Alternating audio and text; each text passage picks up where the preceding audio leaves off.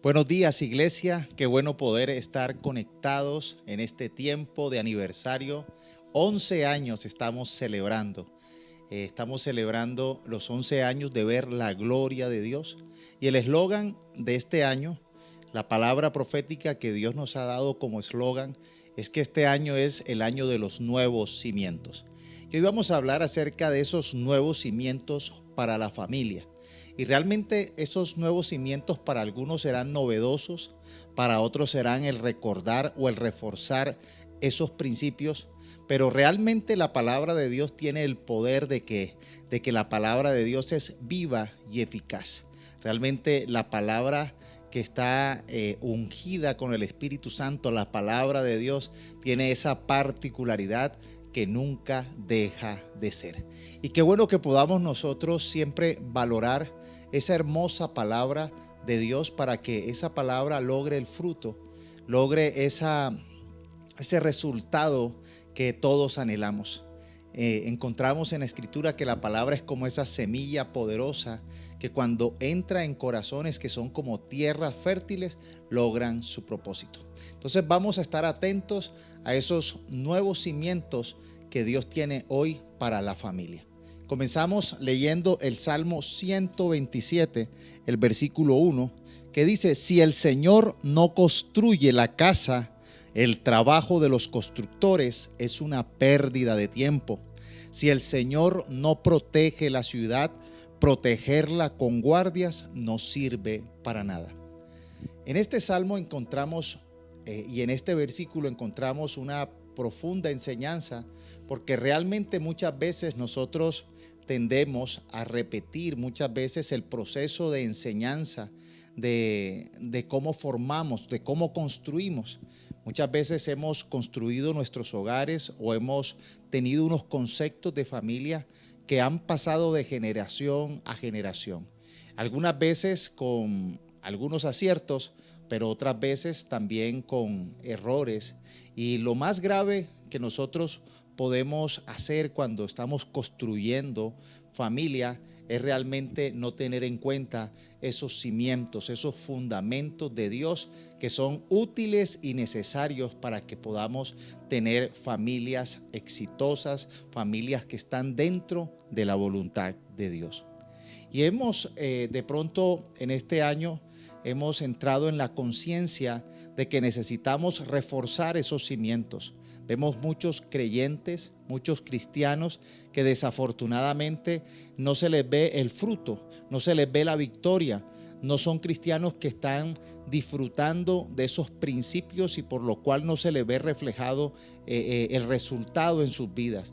Viven vidas de fracaso, de equivocación, de error, giran y tropiezan siempre con la misma piedra y muchas veces repiten y replican esos errores, esos pecados, esas formaciones equivocadas.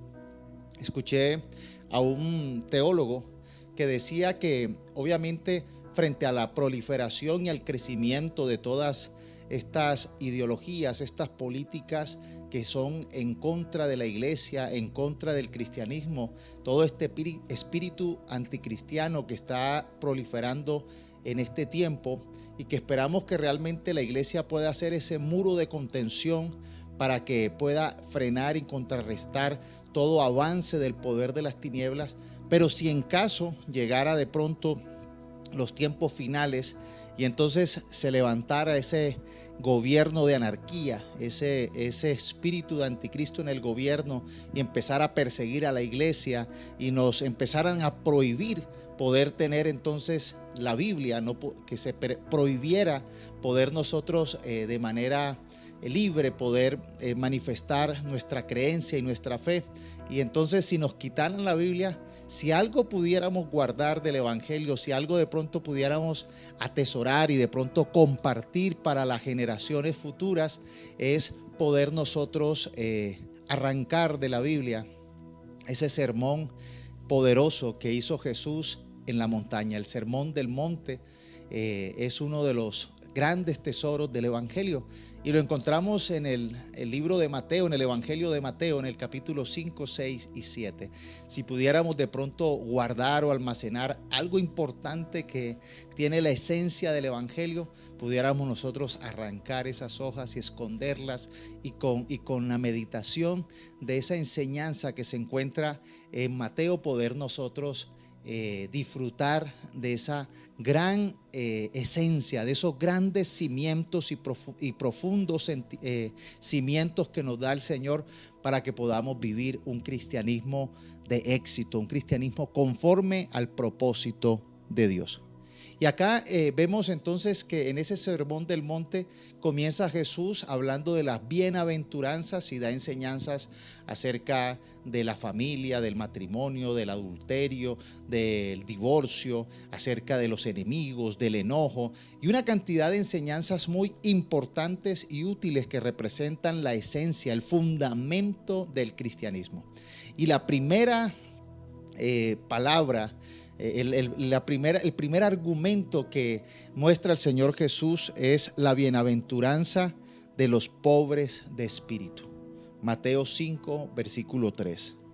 Dice la Nueva Traducción Viviente: Dios bendice a los que son pobres en espíritu y se dan cuenta de la necesidad que tienen de Él, porque el reino del cielo les pertenece. Y aquí comienza su gran discurso y su gran enseñanza. Y creo que realmente no quedó al azar que esta bienaventuranza sea la primera, porque realmente de allí yo creo que nace todo. La pobreza a la que hace alusión Jesús cuando se refiere a la pobreza de espíritu tiene que ver no con una pobreza exterior, material, externa, sino tiene que ver con una condición de pobreza interna en el carácter del individuo, del ser humano. Cuando se habla del espíritu, muchas veces se hace relación al carácter. Y nosotros entonces necesitamos comprender qué es eso de ser espiritualmente pobre. Y eso tiene que ver con una palabra también que es usada mucho en el Nuevo Testamento y en la Biblia, que tiene que ver con el contrito de espíritu. Isaías 66, versículo 1 al 2 dice: Así ha dicho el Señor: el cielo es mi trono y la tierra es el estrado de mis pies. ¿Qué clase de casa podrían edificarme? ¿Qué lugar pueden ofrecerme para mi reposo? Yo hice todo esto con mis propias manos y fue así como llegaron a existir.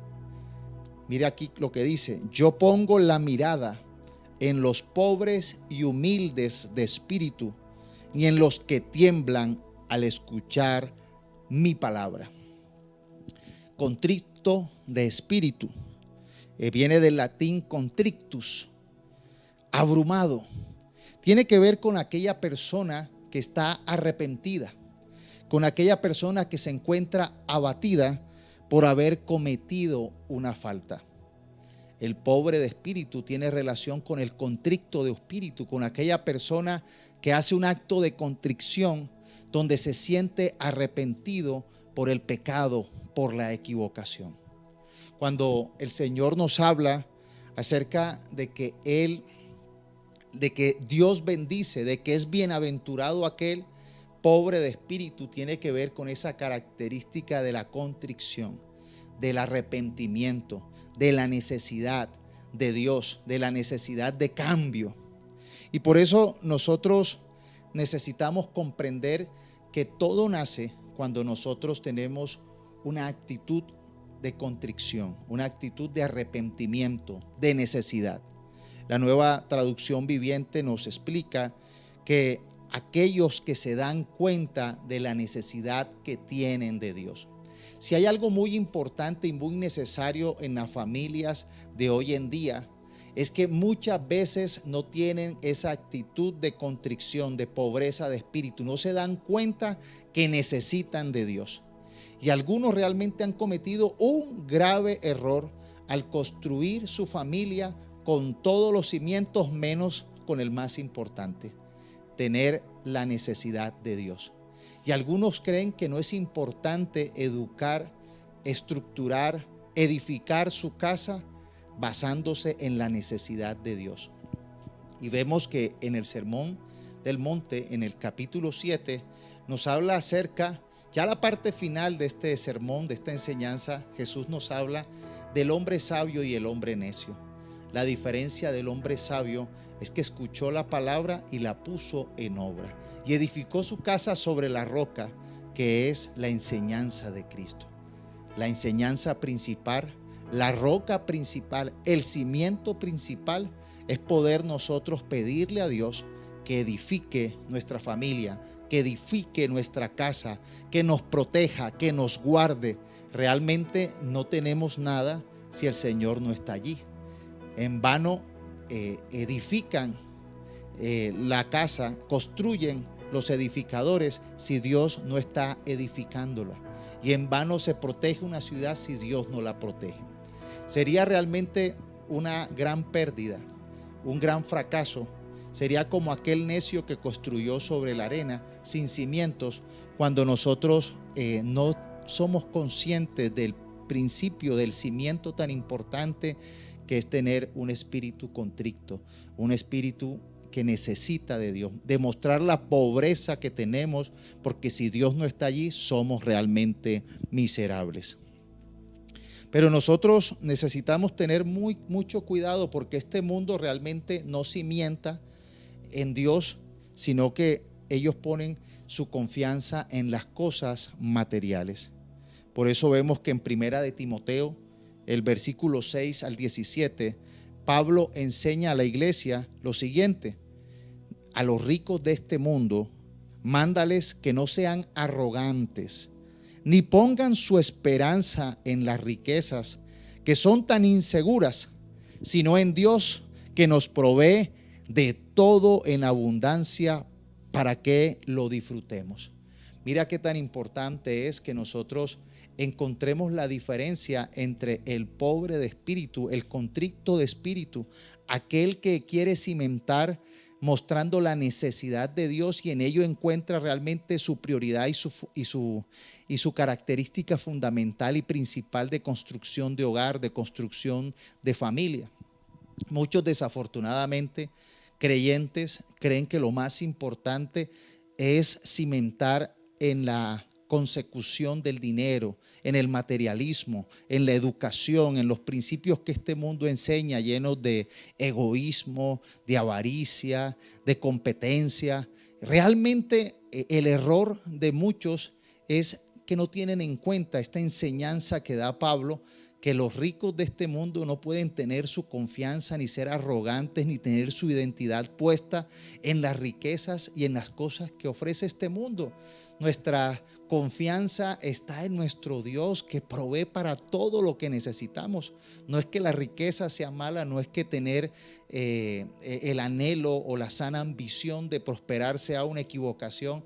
El error es tener nuestra confianza puesta en el materialismo, en el Dios Mamón, que era el Dios de la riqueza. Realmente Dios es el dueño del oro y de la plata, y si nuestra confianza está en Él, Él suplirá para todo lo que necesitamos. Jesús dijo: busquen primeramente el reino de los cielos y su justicia, y todo lo demás será añadido, haciendo referencia a todas las necesidades materiales que podemos tener. Lo segundo es que nosotros no podemos tener nuestra confianza puesta tampoco en la religiosidad. Nuestra identidad no puede estar basada en una religiosidad llena de arrogancia, llena de altivez, alejada de Dios. Hay personas que pueden parecer muy piadosas, que pueden parecer muy espirituales, pero si no tienen este principio de ser pobres de espíritu, de ser contrito, de no mostrar humildad, realmente cometen un grave error. Y Jesús lo explicó de una manera hermosa y magistral cuando nos contó la historia en Lucas 18, del 9 al 14, la historia que es la parábola del fariseo y el recaudador de impuestos. Y comienza así esta parábola. Dice: a algunos que, confiando en sí mismos, no tenían una actitud de contrito, no eran humildes, no mostraban una pobreza espiritual, una necesidad de Dios, sino que confiando en sí mismos se creían justos y que despreciaban a los demás. Jesús les contó esta parábola. 2 hombres subieron al templo a orar. Uno era fariseo y el otro recaudador de impuestos. El fariseo se puso a orar consigo mismo: oh Dios, te doy gracias porque no soy como otros hombres, ladrones, malhechores, adúlteros, ni mucho menos como ese recaudador de impuestos. Ayuno 2 veces a la semana y doy la 10ª parte de todo lo que recibo.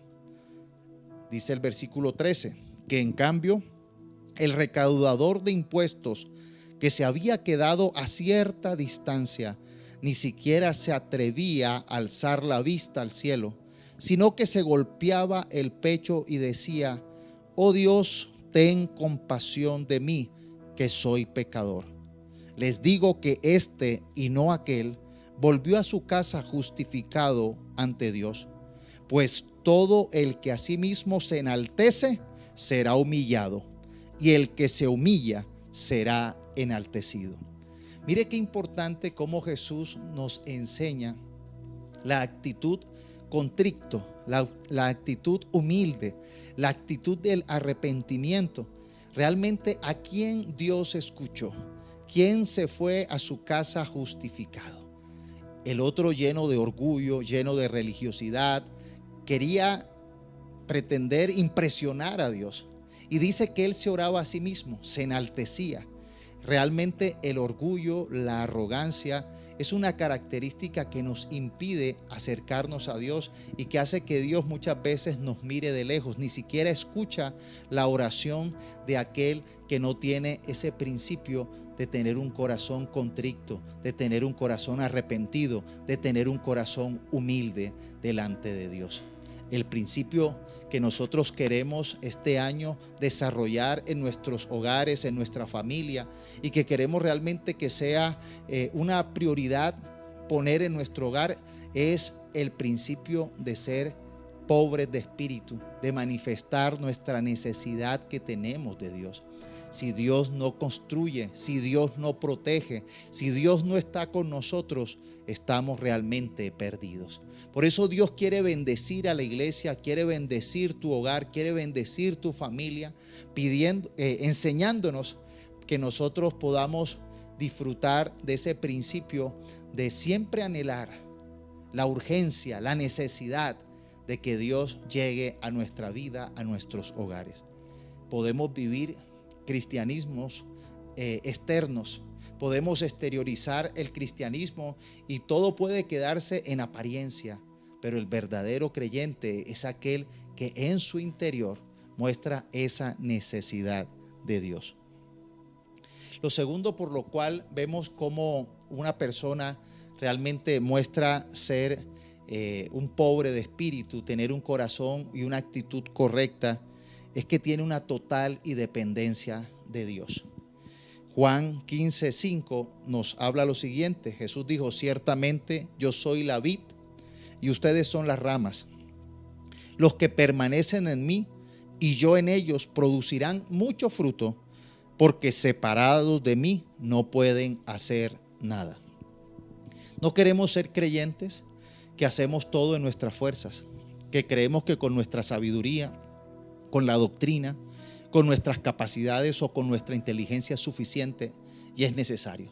Realmente el Señor nos enseña a que poder ser un creyente, poder ser un cristiano, poder ser un hijo de Dios es un milagro.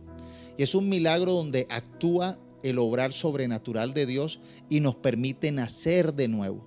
Y nacemos de nuevo cuando recibimos a Jesús, pero recibimos también el Espíritu Santo y recibimos su enseñanza y la ponemos en obra, la ponemos en práctica.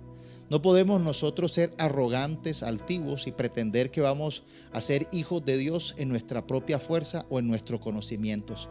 Recuerden que ser cristianos no es una enseñanza, no es una doctrina, no es una ideología. Es un estilo de vida en el cual el obrar sobrenatural de Dios empieza a llenar nuestra limitación, nuestra incapacidad, nuestra pobreza y nos permite poder llegar a ser. Ser cristiano no depende de nuestra capacidad, depende de su gracia y de su favor. Ser cristiano es poder recibir esas capacidades sobrenaturales que nos da Dios de poder ser hijos de Dios mediante Jesucristo. Aquel que cree y que recibe a Jesús tiene la potestad o la posibilidad de ser un hijo de Dios porque recibió esa gracia y ese favor. Lo segundo que nos enseña este Sermón del Monte, aunque tiene muchas enseñanzas, pero quiero compartirles otro fundamento realmente importante, dice los de limpio corazón. En Mateo 5, el versículo 8 dice: Dios bendice a los que tienen corazón puro, porque ellos verán a Dios. Y cuando nos preguntamos ¿qué es el corazón? El corazón es ese lugar secreto, ese lugar santísimo, ese lugar especial donde se esconde nuestro espíritu.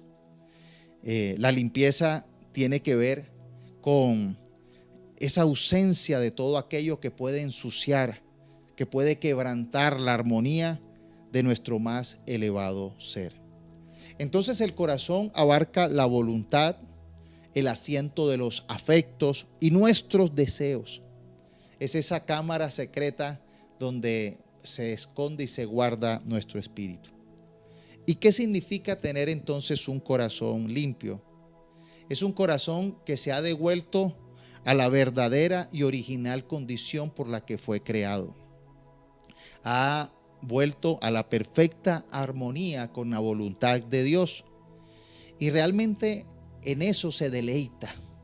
Recuerden que Dios nos creó a imagen y semejanza, pero nosotros permitimos que nuestro corazón se saliera Dios o nos apartamos de Dios cuando desobedecimos.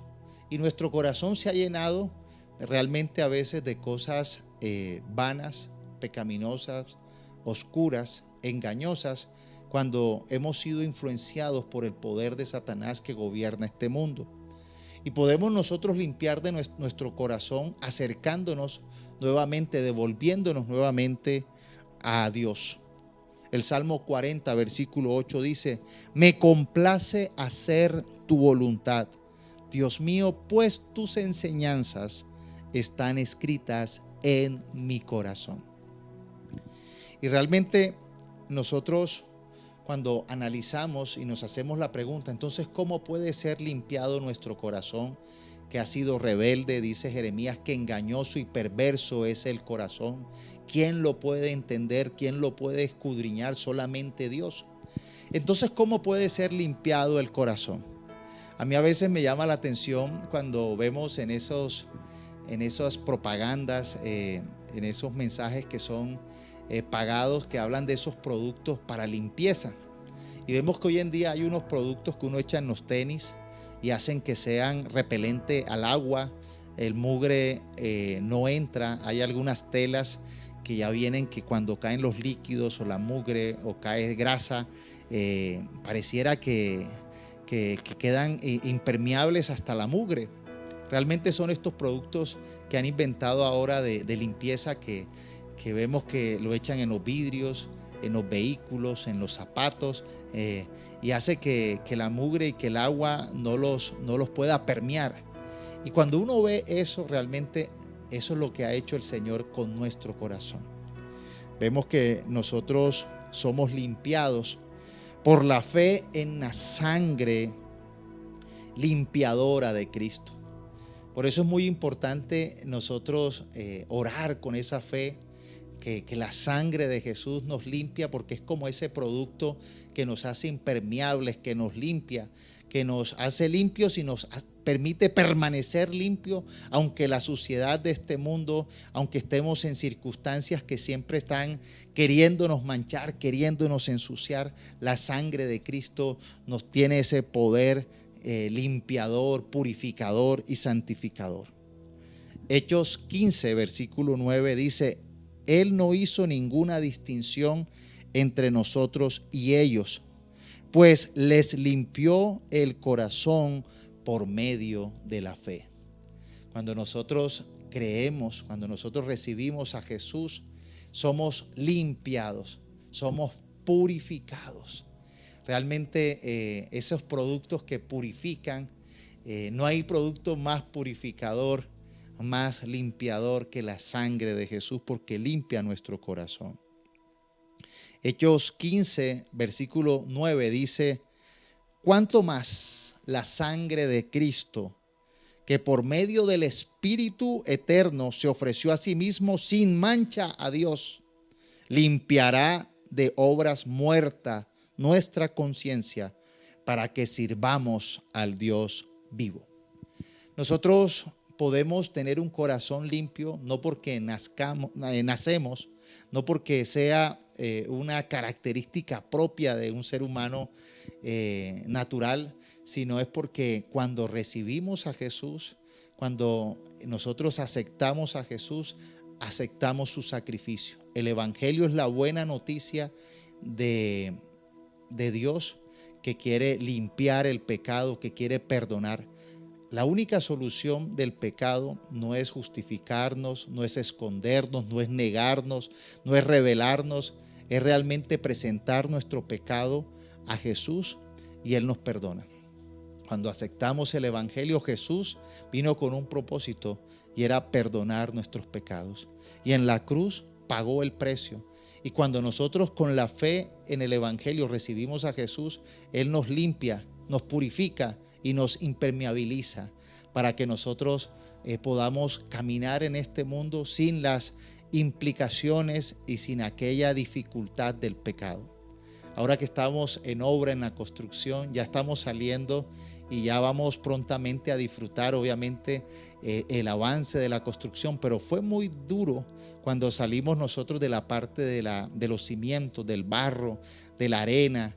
Yo llegaba constantemente con mis zapatos, con mis botas sucias, con la ropa sucia, porque uno allí realmente es lleno de la contaminación de la tierra, del barro. Es imposible salir realmente limpio. Y cuando uno avanza en este mundo, uno podría decir, es imposible estar limpio, pero el Señor con su sangre nos purifica y nos libra de que esa mugre permanezca allí en nosotros, obstaculizándonos y dañando el propósito.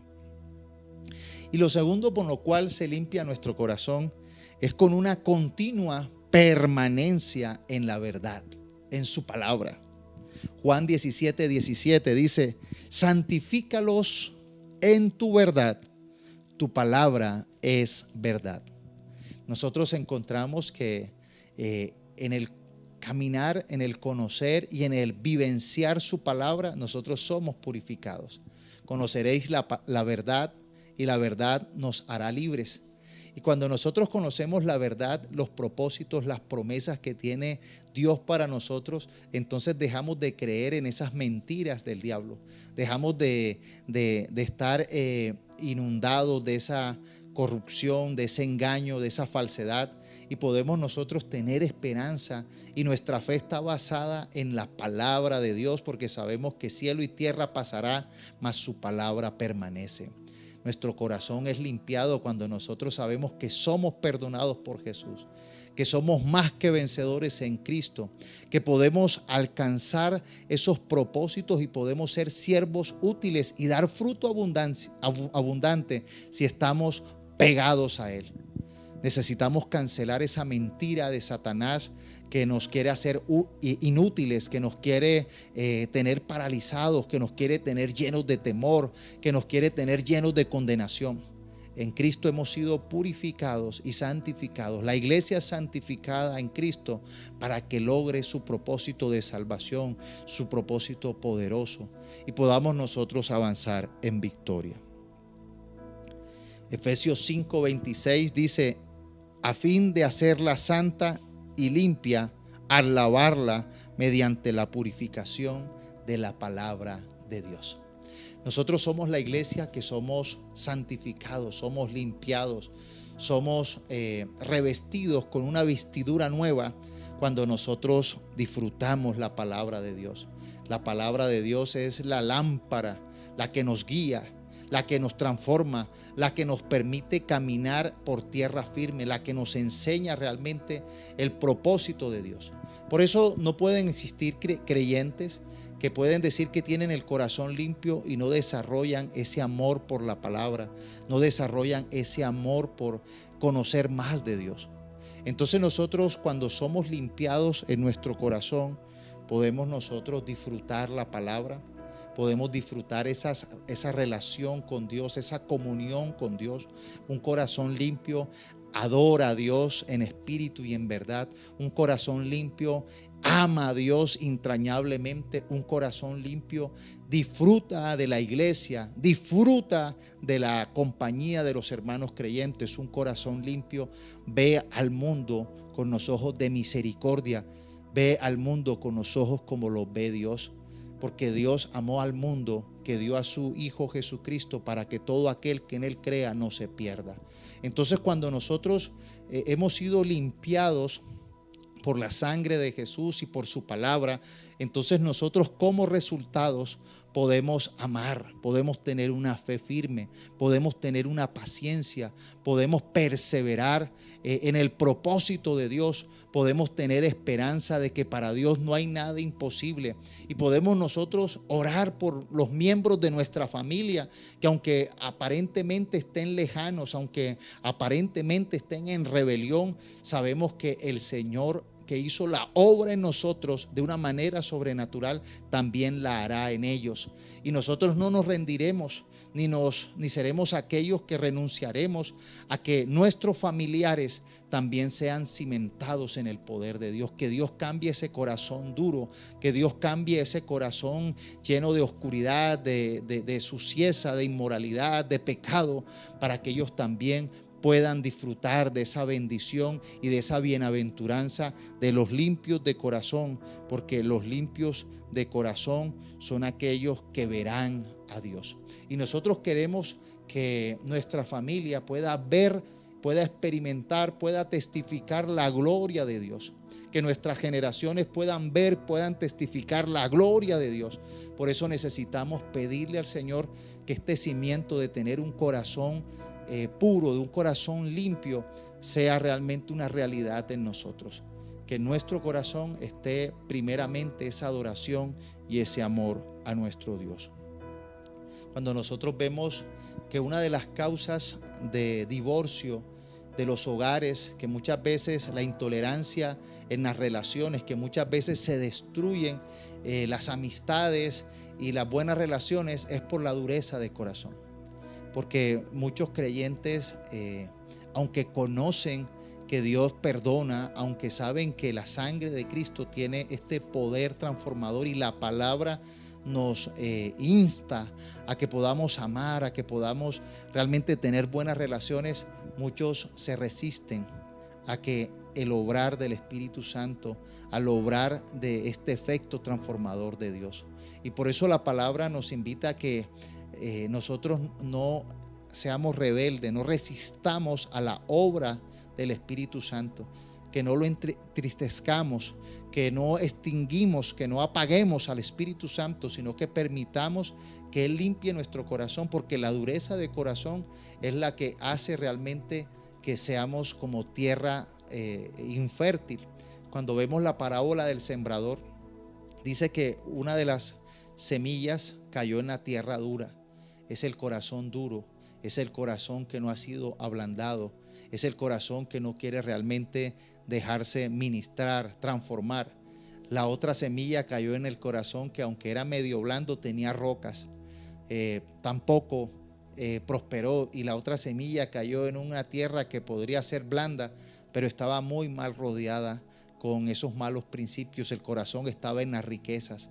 Solamente aquellos que fueron limpiados realmente por la sangre de Jesús y por la permanencia y por el dejar guiarse por el Espíritu Santo, fue aquel que fue esa tierra fértil y dio un fruto abundante. Como último cimiento que quiero extraer de esta enseñanza del Sermón del Monte, es que Dios nos llama a que seamos esos creyentes que realmente podamos ejercer esa influencia cristiana en este mundo. En el capítulo 5 de Mateo, del 13 al 16, dice: ustedes son la sal de la tierra, pero ¿para qué sirve la sal si ha perdido su sabor? ¿Pueden lograr que vuelva a ser salada? La descartarán y la pisotearán como algo que no tiene ningún valor. Ustedes son la luz del mundo, como una ciudad en lo alto de una colina que no puede esconderse. Nadie enciende una lámpara y luego la pone debajo de una canasta. En cambio, la coloca en un lugar alto donde ilumina a todos los que están en la casa. De la misma manera, dejen que sus buenas acciones brillen a la vista de todos, para que todos alaben a su Padre Celestial. La sal y la luz representan lo que debería ser todo cristiano. Todo cristiano debería ser como esa sal y como la luz. Esa sal que penetra, esa sal que protege, esa sal que realmente transforma lo que toca, y esa luz que ilumina y que muestra realmente el camino para acercarnos a Dios, el camino de salvación. Nosotros necesitamos entender que solo Dios puede atraer y transformar, pero necesitamos nosotros predicar la palabra, y no solamente predicarla, muchas veces actuar de tal manera que la gente que no lee la Escritura, al leer nuestras acciones, vea en nosotros el testimonio de Dios. Es muy difícil que las personas de este mundo de pronto de manera voluntaria lean la Escritura, pero nos leen a nosotros, leen nuestro comportamiento, leen cómo hemos sido transformados, ven el testimonio en nosotros, y necesitamos nosotros entonces, con nuestro testimonio, con nuestra obrar, con nuestra enseñanza práctica, poder mostrarle a los que nos rodean que somos sal y luz. La sal tiene que ver con el proteger.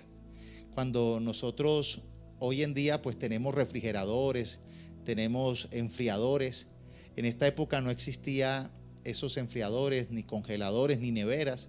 La sal se usaba para conservar los alimentos. La sal penetraba a la carne, a estos productos que se podían podrir, y la sal tenía el poder de penetrar y de proteger, de no permitir que se pudriera, de dar esperanza para que sea útil. Nosotros necesitamos ser esa sal en este mundo y no dejar de tener esa acción. Si la sal se desvanece, no sirve para más nada, solamente para tirarse al piso. Y es triste cuando vemos un cristiano sin poder, cuando nosotros vemos una flor marchita. Realmente vemos hoy en día muchos cristianos que no son testimonio de ningún poder ni de ninguna autoridad. Cristianos realmente que están derrotados, que están llenos de negatividad, que realmente están frustrados, que no son un buen ejemplo, porque nadie quiere parecerse a ellos, porque están llenos de religiosidad o de un orgullo y una arrogancia en sus propias fuerzas y en sus propios conocimientos. Realmente Jesús invitó a sus discípulos a ser testigos, y dijo: y me serán testigos en Jerusalén, en Judea, en Samaria y en todos los rincones del mundo, pero cuando venga sobre ustedes el poder del Espíritu Santo. Realmente no es la elocuencia, no es nuestras palabras, no es la predicación sin obras, es el poder testificar el poder de Dios. El evangelio no consiste en solo doctrina o en palabras, sino en el poder de Dios, en el poder de Dios que sana, que levanta, que transforma, en el poder de Dios que nos permite nacer de nuevos. Y cuando vemos la historia de Sansón en el Antiguo Testamento, Sansón era un hombre que mientras estaba lleno del Espíritu Santo era realmente poderoso, era todo un héroe. Pero Sansón es otro cuando el Espíritu Santo se aparta. Cuando ya el Espíritu Santo se quita de él, ya realmente era un ser humano que era usado de burla. Los filisteos lo tenían encarcelado y lo usaban casi como un acto circense para burlarse de él. Solamente cuando llegó el Espíritu Santo nuevamente sobre él es que él pudo nuevamente mostrar el poder y el llamado al que Dios lo había hecho. Si nosotros escondemos la luz que Dios ha resplandecido en nuestro corazón, si nosotros realmente no estamos mostrando ese testimonio constante para Cristo, entonces estamos poniendo esa canasta en esa luz. Si nosotros por el temor, por el miedo, por el qué dirán, por todos esos argumentos falsos, nosotros no brillamos, realmente el Señor no estamos haciendo la tarea. Y Dios nos llama para que nosotros en nuestros hogares brillemos, no solamente para que seamos luz en la calle y oscuridad o tinieblas en el hogar, sino para que desde nuestra casa, desde nuestra familia podamos nosotros brillar con el testimonio de Cristo, para que nosotros podamos empezar a caminar en lo sobrenatural, para que nosotros podamos enseñar a nuestras familias y a nuestra generación que estos principios son muy importantes. El principio de ser esos pobres de espíritu que tienen la necesidad de Dios. El principio de ser limpios de corazón, con ese corazón sensible, con ese corazón lleno de amor, guiado por el Espíritu Santo. Y el principio de ser esa influencia cristiana que tiene la responsabilidad de ser testimonio para los que nos rodean. Realmente esos tres principios que aparentemente son fáciles de compartir, realmente y son fáciles de pronto de entender, a veces no son fáciles de aplicar. Y Dios nos llama a que esos cimientos, esos tres cimientos se hagan una realidad en nuestra vida, en nuestra familia, en nuestro hogar, para que podamos entonces experimentar ese poder, esa voluntad buena, agradable y perfecta que tiene Dios para nosotros, que tiene Dios pendiente por hacer. Recuerden que el Padre nuestro nos invita a orar: venga tu reino y hágase tu voluntad. Pero muchas veces no ha venido el reino ni se ha hecho la voluntad de Dios aquí en la tierra como en el cielo, porque no manifestamos nuestro espíritu contrito y necesitado de Dios, porque no tenemos un corazón limpio sino un corazón duro, y porque no estamos dispuestos a hacer esa influencia cristiana, a hacer esa sal y a hacer esa luz. Dios quiere que esos tres principios empecemos nosotros a verificar y hacer como el listado de verificación, si nosotros realmente lo tenemos, si está desarrollándose en nuestra casa, en nuestra familia, en nuestros hijos. Y si nosotros comenzamos con esos tres principios, realmente comenzamos a edificar nuestro hogar con un cimiento seguro.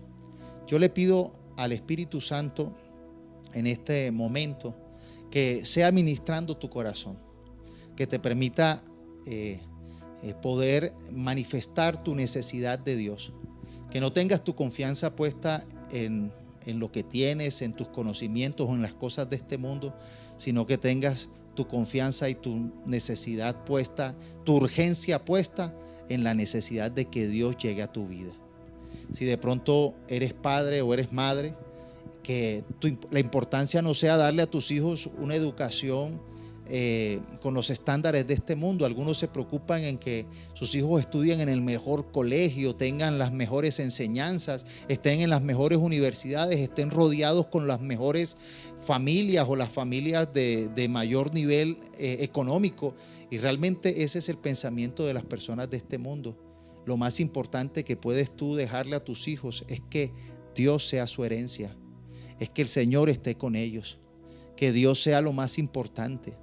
Y que tú puedas enseñarles a tus hijos que realmente si Dios está con ellos, ¿quién contra ellos? Si Dios está a su favor, nadie podrá oponerse. Esa es la victoria y esa es la confianza que tiene todo creyente. Que nosotros podamos enseñar a nuestros hijos realmente a que el fundamento más importante es manifestar la necesidad que tenemos de Dios.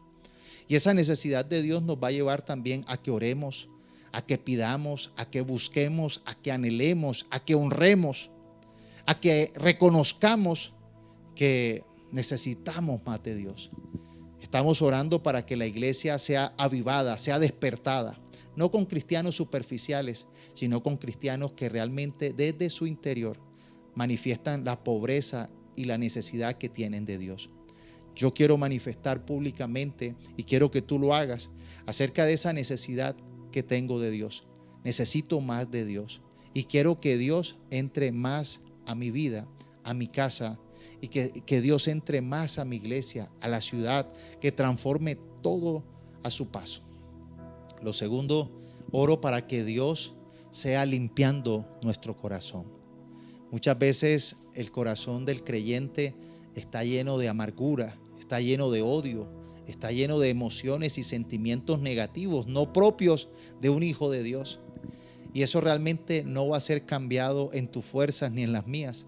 Necesitamos acercarnos y pedir a su sangre, a la sangre de Cristo, la fe que tenemos en el Señor, que nos limpie, que nos perdone, que nos transforme. Esa actitud contrita, esa actitud de arrepentimiento nos invita a cambiar. Y que nosotros podamos ser, entonces, ya después de tener esos dos fundamentos claros, podamos ser una buena influencia cristiana para los que nos rodean. Y sabemos que el poder de Dios nos acompañará con señales, con milagros. El poder de las tinieblas será destruido cuando tenemos estos dos primeros fundamentos. Ese corazón pobre de espíritu, contrito y humillado, y ese corazón limpio, ese corazón blando y obediente a su voluntad. Yo quiero que ahí donde tú estés, si puedes orar por tu familia, por tu esposa, por tus hijos, realmente que puedas abrazarlos y que puedas declarar que este año, que esta nueva etapa de la iglesia sea una etapa donde estos cimientos empiezan a fundamentarse, algunos a reestructurarse, a repotenciarse en tu vida, en la vida de tu pareja, en la vida de tus hijos. Y yo quiero que en el nombre de Jesús ores con la autoridad que tienes, en el nombre de Jesús, que le pidas perdón al Señor, que le pidan perdón al Señor, que le pidamos perdón al Señor y que le pidamos que sea el obrar de su Santo Espíritu, permitiendo ser esos verdaderos creyentes que caminan en esas bienaventuranzas. Bienaventurados aquellos, dichosos aquellos que tienen estos principios. Y yo, Señor, quiero ser de esos dichosos, de esos bienaventurados, y quiero que la iglesia, el poblado Misión Cristiana, sea una iglesia dichosa y bienaventurada porque está cimentada en tu propósito y en tu voluntad, en el nombre de Jesús.